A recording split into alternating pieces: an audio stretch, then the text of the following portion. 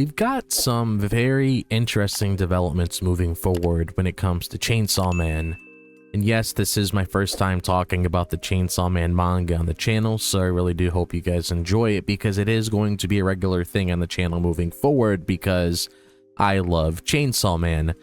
But within this chapter itself, because we are going to be talking about chapter 211 of Chainsaw Man, like I said, we got some very interesting developments when it comes to Yoru, when it comes to specifically her current plan and everything else leading up to it. We also have stuff going on with Little D, which we'll talk about Little D, and of course, you know, things going through Denji's head and the return of a certain character that we saw within this chapter itself. So this should be a fun video, you know, me just shedding some light on how I currently feel about where things are going with Chainsaw Man. So if you guys have any thoughts of your own when it comes to things that you want to share with me or just anything that's crossing your mind, you should let me know as always in the comment section down below. But without further ado, allow me to share my thoughts on the latest Chainsaw Man chapter.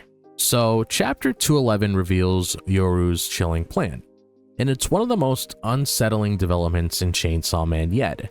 The deaf devil who calls herself Little D explains that Yoru, the war devil, is killing devil hunters to build an army with the goal of erasing the concept of death. Her ultimate aim is to create an eternal world where humans can't die and are trapped in an endless conflict, hating and harming each other forever. This idea is horrifying, and it shows how far Yoru is willing to go to amplify her power. The chapter ties this to the return of nuclear weapons in Chapter 210, which has strengthened Yoru due to the global fear of war. I find Yoru's plan both fascinating and terrifying because it elevates her as a villain distinct from Makima. While Makima sought control, Yoru's vision is pure destruction, aiming for a world where suffering never ends. I'm particularly struck by how this plan reflects Fujimoto's ability to take abstract concepts like war and make them deeply personal through Azua's shared body with Yoru. The mention of Azua in this chapter, though brief, hints at her potential to resist Yoru's actions, which has me eager to see how their eternal conflict unfolds. The stakes feel higher than ever in part 2 with this revelation. I've always viewed Chainsaw Man as Denji's personal journey, but Yoru's plan extends the story to a global, almost apocalyptic scale. The idea of an undying world locked in war is a twisted take on immortality, and it makes me wonder how Denji or even Azua could possibly counter this. Little D's comment about failing to prevent this outcome, despite her efforts to alter the prophecy, adds another layer of dread, suggesting Yoru's plan might be unstoppable. I'm left questioning whether humanity can escape this nightmare or if Fujimoto is setting us up for a tragic end. What stands out most to me is how this plot point captures Fujimoto's storytelling style, bold, unsettling, and thought-provoking. I'm anxious about what this means for Denji and Azua, especially after their emotional connection in earlier chapters.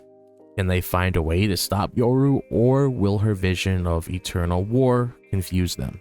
Now, the next thing I want to talk about is Denji himself, because chapter 211 really highlights his biggest character flaw, his fixation on physical desires.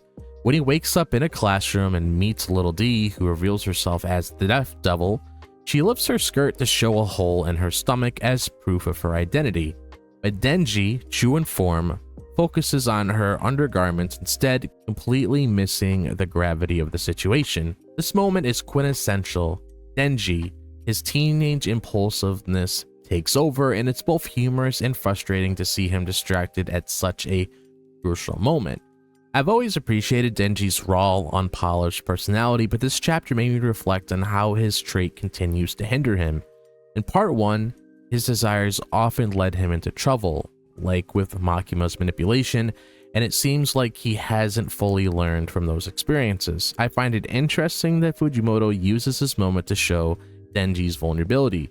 His inability to focus on the bigger picture makes him an easy target for manipulation, especially by someone like Little D, who seems to know exactly how to exploit him. It's a reminder that Denji's not a traditional hero, he's a flawed teenager caught in overwhelming circumstances. This scene also showcases the stakes of the story. While Yoru is out here planning a global catastrophe, Denji's distracted by something as trivial as undergarments, which highlights the contrast between his personal struggles and the world-ending threats around him. I'm curious if this moment is Fujimoto's way of showing that Denji's growth is stalled, or if it's setting up a bigger arc where he'll have to confront his flaw head-on.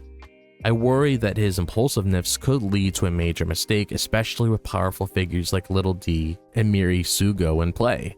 Overall, I find Denji's behavior in this chapter relatable, yet concerning. It makes him human, but it also puts him at risk in a world full of cunning devils. I'm hoping we'll see him mature in future chapters, maybe influenced by Ozzy or even Little D's plans.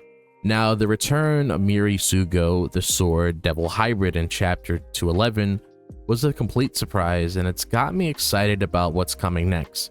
Denji vaguely recognizes him as some guy I've seen before, which is a perfect nod to their earlier encounter when Miri lured Denji to the Chainsaw Man Church in part 2. Miri appears alongside Little D and suggests she lift her skirt to convince Denji of her identity, showing he still knows how to manipulate Denji's weakness. His reappearance feels significant, and I'm intrigued by what role he'll play moving forward.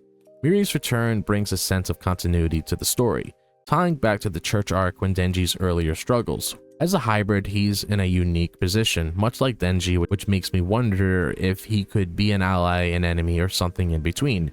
His suggestion to Little D feels calculated, like he's deliberately playing on Denji's flaws to gain his trust. I find it compelling that Fujimoto brought him back at this pivotal moment, especially if Yoru's army building and Little D's mysterious motives. Makes me question whether Miri is fully aligned with Little D or he has his own personal goals. What excites me most, though, is the potential Miri to shake up the story's dynamics. With Yoru posing a massive threat, Denji might need allies, and Miri's hybrid nature could make him a key player. However, his history of manipulation makes me cautious. I don't fully trust him, but I'm also curious about how Denji's vague memory of him will affect their interactions. Will Miri have to prove himself, or will he betray Denji again? Fujimoto has a knack for making side characters surprisingly important, and I think Miri's return is setting up for something big, possibly a clash or an uneasy alliance. I'm thrilled to see Miri back, but I'm keeping my expectations in check. His presence adds complexity to an already chaotic story, and I'm eager to see how he fits into a larger conflict of Yoru and Little D.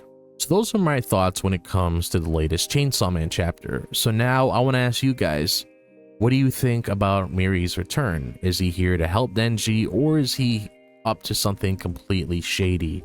What are your guys' thoughts on Denji's actions here? Do you think he'll overcome this flaw, or is it just part of who he is? And lastly, of course, do you believe that they can possibly find a way to stop Yoru, or will a vision of eternal war consume them? I love to hear your thoughts surrounding everything moving forward in the comment section down below. And if you guys enjoyed this video, as always, be sure to like and subscribe. I would really appreciate it. If you guys want to follow me on my social media, be sure to check out my X, Instagram, TikTok, and Facebook.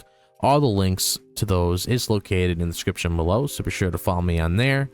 Also, if you guys want to check out my Discord server, be sure to do so. It is linked in the description and is also pinned in the comment section down below, just in case you guys want to join the community. Also, be sure to click on that bell for notifications so you guys are notified whenever I drop a new video on the channel. I hope all of you guys are having a fantastic day, wherever the day may be, if it's the daytime, the nighttime, or the evening. And I'll see you guys in the next video. As always, peace out.